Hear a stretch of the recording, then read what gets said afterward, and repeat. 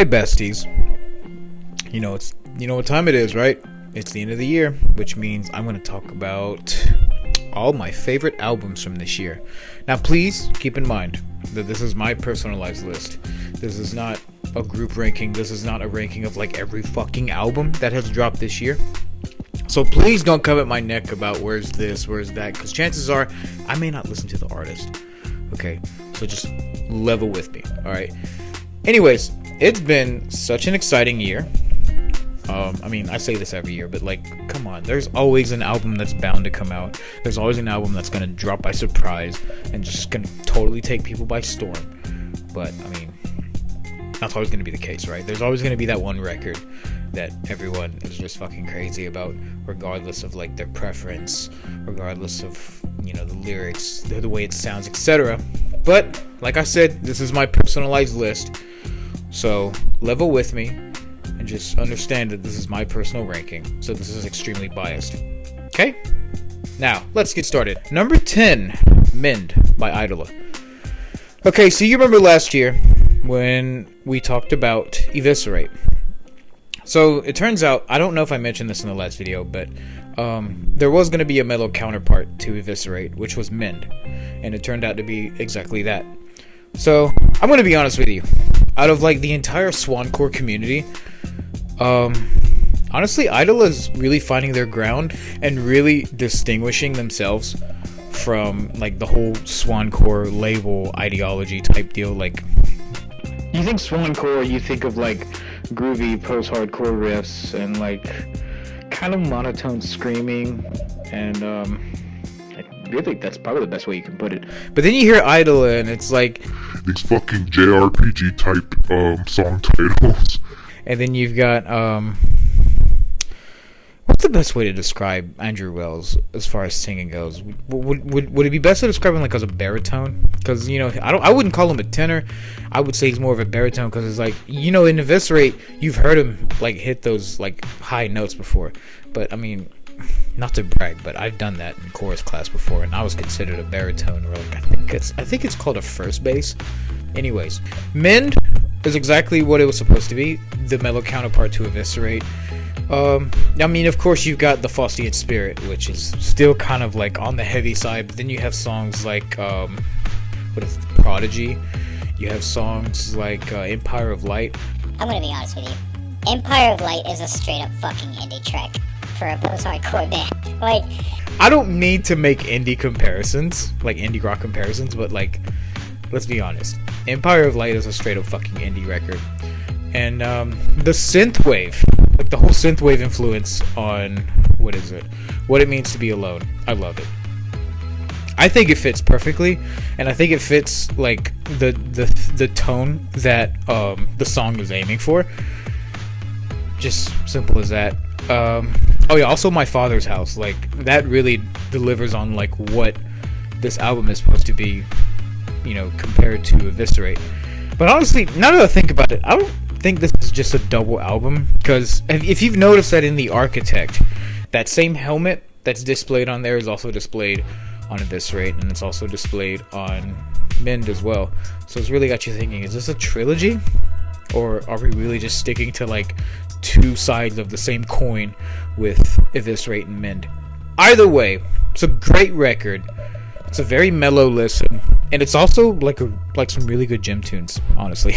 But yeah, number 10, Mend by Idola. Number 9, I Feel the Ever Black Festering Within Me, Lorna Shore. Go ahead, come at my throat, and just talk about how all the songs sound the same. Me personally, I don't think that's the case. Yeah, it is kind of hard to distinguish yourself from the song that brought you to the top, which in this case would be To the Hellfire, because I did kind of feel like they were replicating that sound a lot throughout Pain Remains, and it's a valid argument. I would go as far as to say that there are some moments in Everblack that feels like, they're distinguishing themselves from, the sound that they brought with Hellfire. If you notice in some of the tracks, they do a lot of long pauses before the breakdown. Like the first single, Oblivion, and then Prison of Flesh, like they do those long pauses before the fucking breakdown. But I mean, yeah, it's a step in the right direction as far as like, you know, okay, we're not gonna copy paste our hit song anymore. But as far as like personal favorites, oh my god, the that 3-track run between, what is it, Death Can Take Me, War Machine, and what is it, a Nameless Hymn. That 3-track run is so fucking solid. It's probably my favorite 3-track run. It's up there for sure. Like I remember listening to this record and I thought, wow. It's not like I listened to the same song between the three, but I feel like those three distinguish themselves the most. And oh my god, don't fucking get me started on War Machine. That song was ripped straight out of a fucking modern Doom video game. Like, if you had told me that Mick Gordon worked on this, I'd fucking believe you, because that's exactly what it sounds like. It sounds like it's straight out of, like, Doom 2016 or Doom Eternal, which, oddly enough, is kind of fitting for the sound that Lorna Shore is going for. I don't know about the lyrics. Well, actually, no, the lyrics are kind of fitting for, like, a Doom song, like, not song, but, like, a Doom-level video game, etc. But, oh, and also Glenwood. When I looked into the context of the song Glenwood, I had my heartstrings tugged at, because I didn't really start following Lorna until shortly after the Nothingness EP, so I can say that for a lot of us. And knowing the lyrical context was really wholesome. When you see the music video and you see that Will eventually did make up with his father, that was really sweet. Which, I don't know how often, you know, deathcore singers in particular, like, are open about that. So I think that's really sweet. But otherwise, oh, and another thing, I love the mixing on this album. I personally prefer the mixing on this as to Pain Remains and Nothingness. Just my personal preference, because I feel like it adds that more like disgusting heaviness. It adds more to that touch as compared to like the last two records that they've had Will on. But anyways, number 9, I Feel the Everblack Festering Within Me, Lorna Shore. Number 8, Creature in the Black Night, Dayseeker. Here's another band that I started following when they got popular. Not because they specifically got popular, but that's just because when I happened to actually see them. So, I don't know if I mentioned this when I had Dark Sun on my 2022 list. Actually, like, the first time I saw them was when they opened for Wage War on the Pressure Tour. And that was shortly after Sleep Talk dropped. So, of course, they were still playing, you know, songs from previous records. Specifically, Dreaming is Sinking, Waking is Rising. Great record for, you know, the Dayseeker fans that want the more heavy stuff. But, not discounting what we're given with Creature in the Black Night, because I genuinely think that whatever it is Rory's going for in this record is thrown together very well, especially with like the synths and like the riffs. Like, oddly enough, it's a great combination, the synths, the riffs, etc. And if you noticed in the Dark Sun title track, if you notice in the Dark Sun title track is when he started experimenting with synthwave. That's explored more upon in Creature of the Black Night, which I think is done very well, especially in the title track. Like, that's just like top tier. And also with tracks like Nocturnal Remedy, Cemetery Blues, the beautiful tracks. And also, as far as like the singles go, I would have to say the title track and Shapeshift. I think those are my personal favorites. The Bloodlust is alright. I kind of feel like that voice filter that is applied when he says the word Bloodlust, I think it's a little cheesy, but I mean, it can be overlooked because I've heard so much worse. But yeah, I love this whole like metalcore riffs, synthwave keys combination, and you know, the cherry on top is Rory's voice. Like, I'm not gonna say he has a distinctive voice, but I do feel like it fits very well with their current sound. But you know, if we were to get another record like Dreaming is Sinking, where he brings back like the actual heaviness that I remember from when I first heard them, I'd be down. But I like this direction they're going in as well, so I can't complain. I'm satisfied either way. So number 8, Creature in the Black Night, Dayseeker. Number 7, Mirror Touch, Volumes. This has been a whole 4 years waiting. That's crazy. Like, I know bands have gone longer. Like, you know, Bless the Fall went, what, fucking 7 years between Hard Feelings and Gallows. I wouldn't say that's, like, too far out of reach with Mirror Touch. I don't think it was 4 years in the making. I think it's just the fact that Brad Sudini, the guitarist, was studying to be a lawyer. Or, you know, he went to school. I don't remember if it's for law, but yeah, he went to school and then he graduated, and then next thing you know, Volumes was in the studio. So, not saying that Rad, like the centerpiece of the band, but I did notice that when he finished his studies, the band got together to record, and then we were given Sidewinder in March, and we were also given Soap and Bad Habit. Great songs. I really like Stitch because it's not like, you know, the fast-paced, heavy Volumes that we're so used to. It is a little more slower paced, where it's not like, You know, dashing right fucking at you, hitting you type of heaviness. that's totally fine if it were, but I think that's like one of the few instances where they kind of slow it down a little bit, and then, you know, give you room to, maybe not give you room to breathe, but, you know, give you time to digest, rather. Which I do notice that a lot of this record is more on the mellow side, which there's nothing wrong with that. Mellow records from metalcore bands are still good. There is absolutely nothing wrong with that. It's all about how you put it together. And personally, I think with whatever it was that Michael had going on after he first left the band has been like really well incorporated, and it meshes so well with Mike Terry's singing. Like, Mike Terry's an incredible singer. And also, side note, props to him for pulling double duty with Volumes and Fire from the Gods. I'm excited to hear what Fire from the Gods has coming up. But aside from that,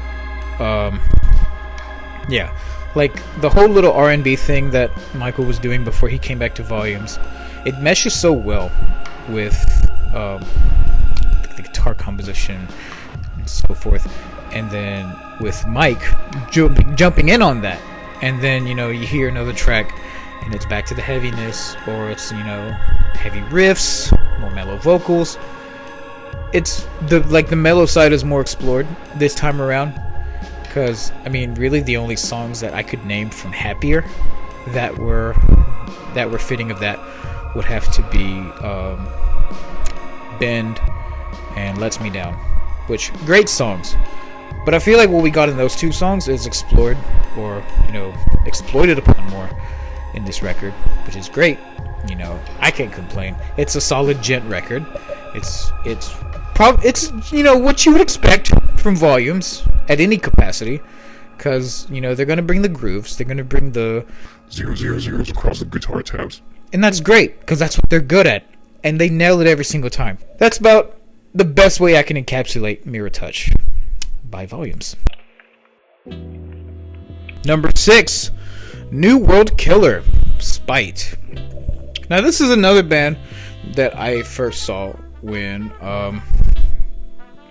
they were still emerging into the scene. 2018's Rage Fest, you know, the whole metalcore substitute that Attila's Chris Franzak tried to get going on.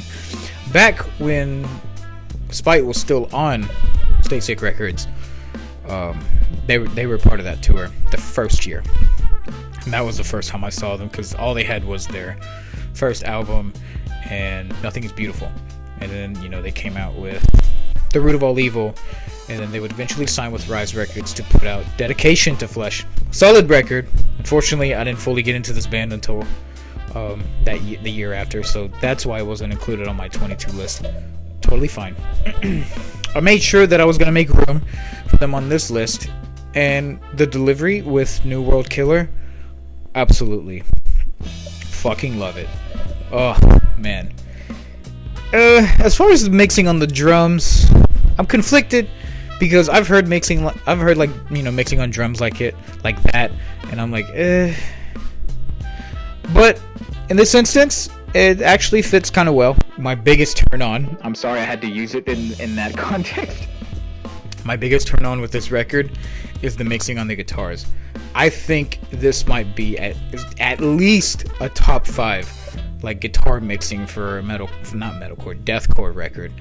I don't know. There's just something about the guitars on this album that just feel absolutely fucking gruesome. And as you know, with each record, Darius is continuously improving on his vocals. Like, I heard Lights Out, and I thought, okay, great, this is great. And then I heard the title track, and I'm like, oh, we're fucking getting somewhere. And then you hear the song they did with Boundaries, and it's just chef's kiss. I'm not sure how often they do features. This might be the first record in which they do features. Don't hold me to that. Please fact check me. You also have Tyler Shelton from Traders. You have Will Ramos from Lorna Shore.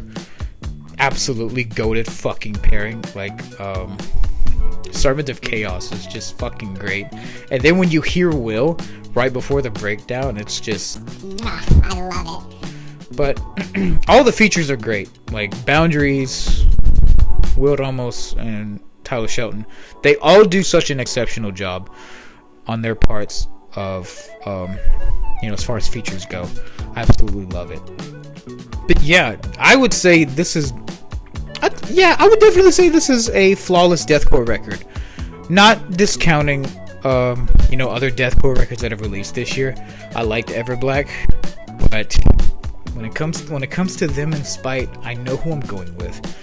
Just because, I don't know. Spite doesn't really drag out their songs like that, but don't tell me when I said that. Anywho, yeah. That's probably the best way I can describe just how much I fucking adore New World Killer. I think that this band is only going to improve from this point on. And honestly, whatever it is that they're about to put out, I'm so fucking excited. So, yeah, number 6, New World Killer by Spite. Number 5, Private Music, Deftones. Oh man. This is the year that I've actually fallen in love with Deftones. Like, not to say that I never enjoyed this band, but this was the year I revisited their catalog, unbeknownst to me that they were going to put out a record, and I said, fuck yeah, I think I like this band more than I want to admit, because I have friends that are much bigger fans of the band than I am. Like, one of my best friends in particular, I took them to see Deftones in March, and it was worth every fucking second because the joy that they felt throughout the entire show. And this is someone that, actually grew up buying their CDs when they dropped. So I was like, there's no fucking way I can like take this opportunity away from them. And that was the only way I was going to go to the show. But yeah, I knew there was word circulating that they were working on an album that, laying down the pieces, the guitars, the vocals, etc. And then come towards the end of the summer, we get My Mind's a Mountain. We get Milk of the Madonna. Jesus Christ, I just butchered that. And that was only the tip of the iceberg, because the rest of the album comes out, and it's like the most fluid album that I have feasted my ears on in so long.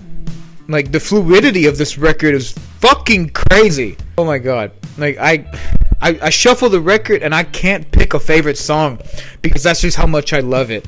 I love Metal Dream. I love fuck it. I can't even pick a favorite song. Like, I could pull the track list up right now, but that'd be cheating, right? I've listened to this album countless fucking times, and I still can't memorize them all because it's like I just play shuffle and I'm like, this is like good shit. I fucking love it. Not even kidding. But oh my god. What I will say is I fucking love I Think About You All the Time. not only because it resonates with me in my personal life, because like the first time I heard it, I'm like, this is exactly what I'm kind of going through right now, and not like in a yearning type of deal, but it's like, okay, I thought about it, I'm in a good mood type of deal. But it's the same level of like atmosphere that I felt when I first heard the song Rosemary. Like I would go as far as to say that Rosemary, I think about you all the time, literally equal. Like that's the that It sounded like I was about to sing a boo-boo. that's the level of euphoria that I felt when I first heard I Think About You All the Time. I could literally compare it to Rosemary. And any fucking Deftones fans, casual or diehard, will tell you that Rosemary is a religious experience. So imagine this album comes out. It's from the same producer behind Diamond Eyes and Koi no Yukon. If I'm wrong, please fact check me. And you get the same level of pleasure, the same level of euphoria that you got from those two records. Because those two records are my personal favorite. I will fucking die on the hill that is Diamond Eyes and Koi no Yukon are peak Deftones. And honestly, Private Music comes pretty close. Because of its fluidity and just because of the quality. Like, I get a lot of shit for this. But when this album came out, I was like, okay, I finally forgive them for Ohms. I didn't like Ohms. I'm so sorry. But I can understand why some people did like Ohms. Me personally, I listened to it for about a month and then I just forgot about it after that. Yeah, it's crazy how it won a Grammy and I still didn't like it, but it's whatever.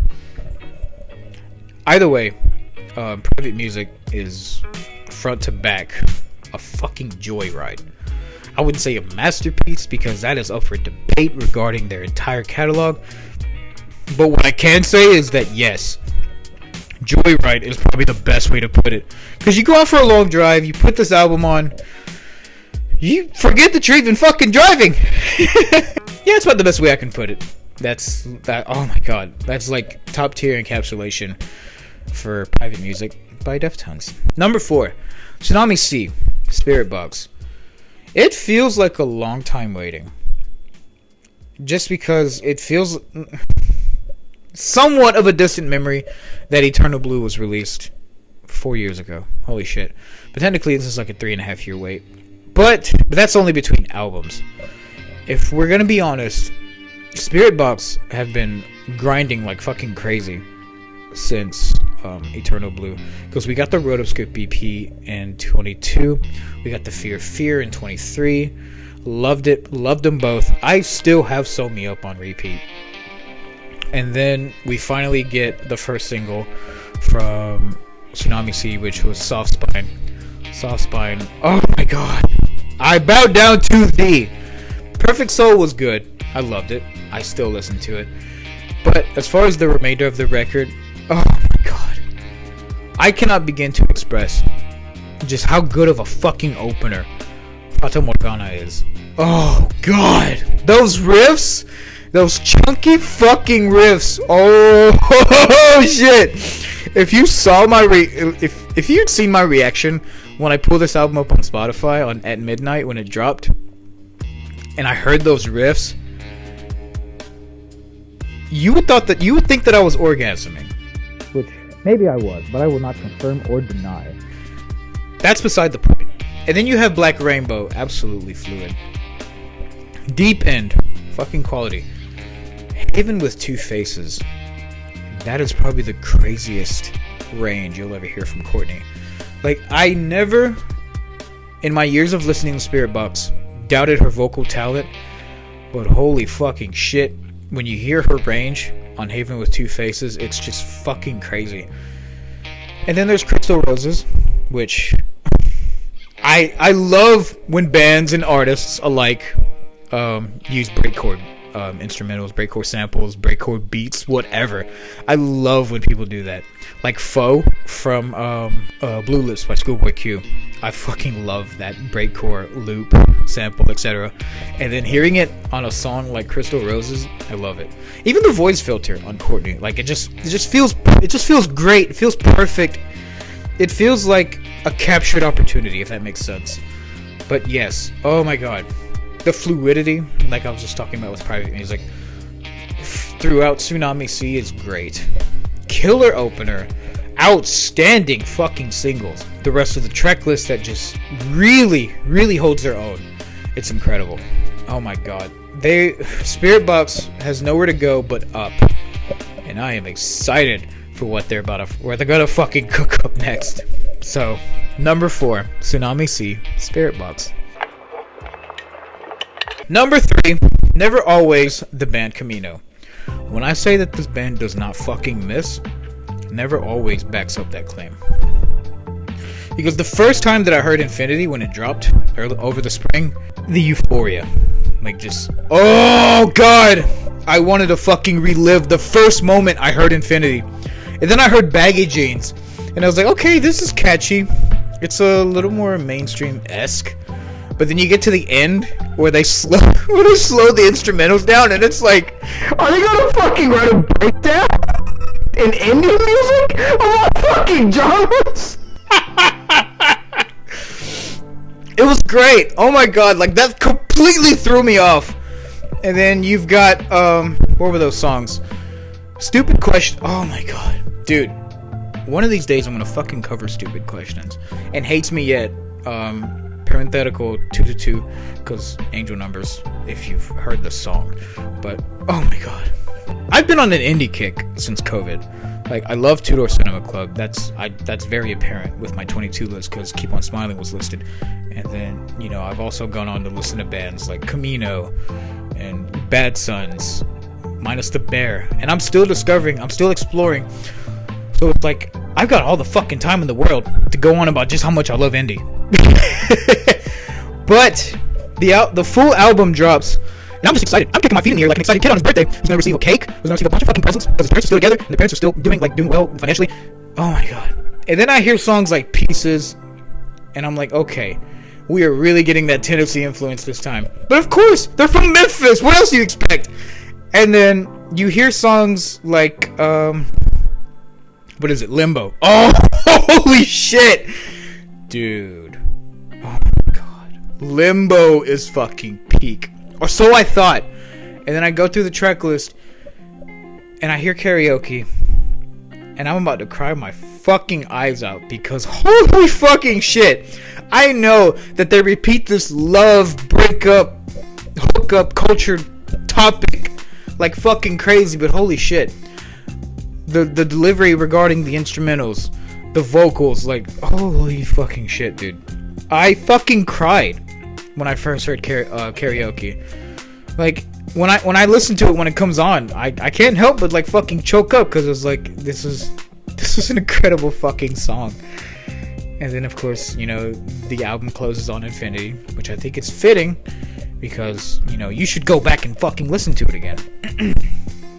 And mind you, this is only volume 1 because the band has teased that this is only volume 1. And if you look in the corner of the single cover for 1234, it says NAV2, which obviously we're gonna get a volume 2 of Never Always. But 1234 and Afterthought, those are also some banger fucking tracks. So I am excited for what Never Always volume 2 brings. But in the meantime, I've got plenty on my plate with the first one. So number 3, Never Always, the band Camino. Number 2, Accelerator, Bad Sons. Holy fucking shit. Take everything that I just said about Never Always, double it, triple it, quadruple it, give it back to me. This is how I feel about Accelerator. Holy fucking shit. I thought the Loveful cover was like a taste of what we were about to get, because album-wise, the last they dropped was Apocalypse Whenever in 22. Not that bad of a wait, because we also got the Infinite Joy EP in 23. Which nowadays it kind of feels like they don't acknowledge it, so we gotta do something about that. But Communicating drops in January, literally the day after my birthday. How sweet, Christo. And I'm like, holy shit! This is like everything that I heard on Infinite Joy and quadrupled. That's just how much I fucking loved it. And I love Slow Karma. And then Mystery Girl comes out, And my best friend and I are like, holy fucking shit, this is so good. And then comes the rest of the album, which, funny story, in the days leading up to the release of the album, the band was teasing each song as they were hiding vinyls for an Easter egg hunt on their Instagram. And you could hear snippets of every song, and it was like, holy fucking shit, I need the album, I need the album, I need the album. And then I go to listen to it. Oh, genuinely, this is one of the very few instances which I'm listening to a record and my heart is racing. I'm not kidding. When I heard Ready to Take Flight, I was like, holy shit. And then I heard Why Am I Like This? Dude, I was ready to get up and start fucking dancing. But it was like 3 o'clock in the morning, so I was like, I'm not gonna fucking do that. And then there's songs like Postcard, What's Best for You, and Wait in the Car, which I thought was a very meaningful song because it resonates a lot with how I felt with friends that have gotten out of those situations. If you haven't listened to the song or at least looked up the lyrics, you need to. But all in all, this is a very bold take for me. I would go as far as to compare Accelerated to Disappear Here, which I think every Bad Sons listener, whether you're casual, OG, diehard, doesn't fucking matter. I would put Accelerator up there with Disappear Here. Yes, I would even knock Language Perspective down a slot just to give them that level of respect. But yeah, Accelerator was just so fucking good. Like, I still listen to it very frequently, whether I'm driving, whether I'm in the gym, everywhere. It's such a good listen. And you know, if this band never blows up, that's fine, because that means I get to see them in small rooms like I did this past fall. But I do wish them nothing but the best. So, number 2, Accelerator, Bad Sons. Alright, can we get a drum roll, please? Excuse me. Huh? Aren't you forgetting something? No, I don't think I did. You motherfucker! Oh, shit! Whew. I don't know who the fuck that was. But number 1, Hurry Up Tomorrow, The Weeknd. Really? If you don't know me personally, how did you not see this coming? No, wait. If you know me personally, how did you not see this coming? Because I have resonated with this album so much. Like, for those who don't know or don't keep up with The Weeknd, this trilogy of albums between After Hours, Dawn FM, and now Hurry Up Tomorrow is his send-off. Like, the ending of this trilogy is where he wants to end, because he has been on such a high note since, you know, I'd probably go as far as to say the Beauty Behind the Madness, and it's just been constant since. But then he is constantly dominating, or he has been constantly dominating since then, and then it just continues with Blinding Lights, and that may likely play into why he surprise dropped Dawn FM, because the only prior single was Take My Breath, but as you know, that was originally for the Olympics that were postponed to 21, and that song was used, and so he probably just didn't have any problems with surprise releasing it, and he didn't care about the charts because he would go on a tour and it was still a success, and then he lost his voice at the LA date. He did reschedule it, but that also kind of sort of kicks off why he wants to end on a high note. To tell you the truth, the closure that he seeks in Hurry Up Tomorrow is very reminiscent of the closure that I wanted when I graduated college, because in my last semester all I wanted was closure. Like, there was so much that I wanted to put behind me and just move on, but of course COVID had other plans, and so did a number of other things in my life. So I figured, okay, if I can't get closure from college, the least I can do is get closure from, you know, my life as a concert attendee. Not saying that I'm done with concerts, I'm just saying I've done enough that, you know, I'd rather just live through my friends if they ever ask me to like go to concerts with them, because I've done a fuckload by myself. Like, I don't do this for me anymore. I feel like this is like the ending of all the success that he wants to engulf himself in, if that makes sense. Because if you've noticed throughout a lot of this trilogy, he has said lines like, I don't want to touch the sky anymore, I don't want to get high anymore, but I'm out of time, etc. And then you listen to Hurry Up Tomorrow, and it's just so abundantly apparent that he's ready to put this persona behind him. And it's not to say that he hasn't enjoyed his career up until this point. It's that he doesn't feel the need to be successful anymore. Like, he has peaked. He has lived his best life. He wants to end on top. And I respect that.